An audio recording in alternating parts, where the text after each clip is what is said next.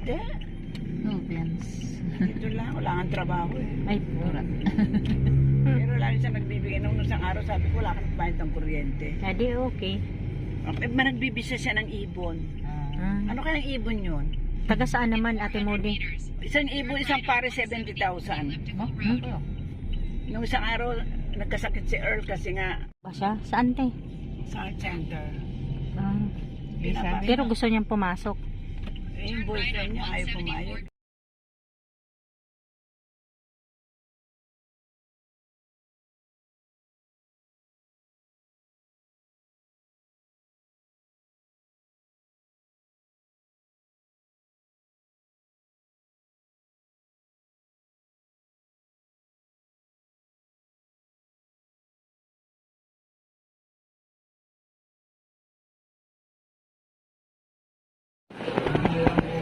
Yung ano, dalawang sandok. Meron ka na.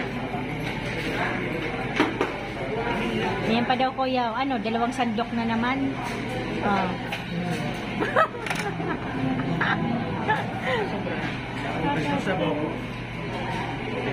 Thank you. Ako tapos na akong kumain. Thank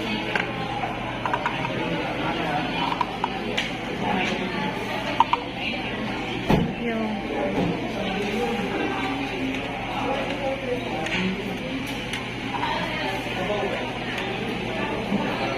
Nandito na rin, di sulitin, di ba, Ken? Oh, hi mo na, Ken. Hi guys. Ganado si Kenneth kumain.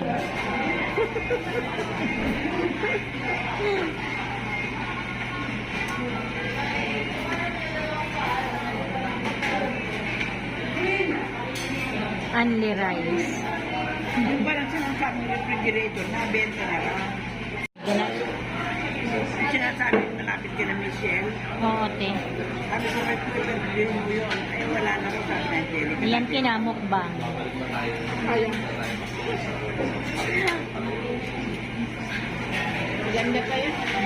Tignan mo na kita pangulang. Ayan na. Ay, wow. Ayun kay Ate Modi. Thank you.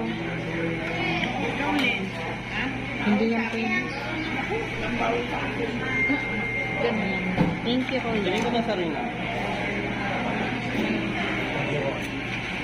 Yan, hanggang tingin ka na lang, Ate Linda. Di ba, Ate Modi?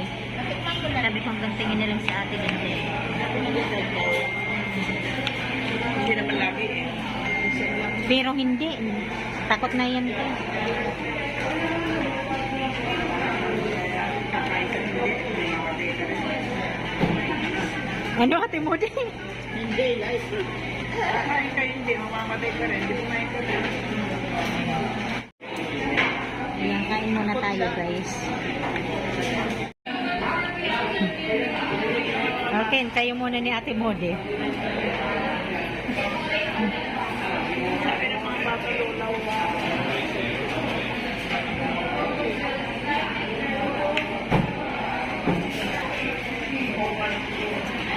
Guys, tapos na kaming kumain sa Mang Inasal. Hanggang dito na lamang. Maraming salamat po sa inyong lahat. God bless everyone. Bye.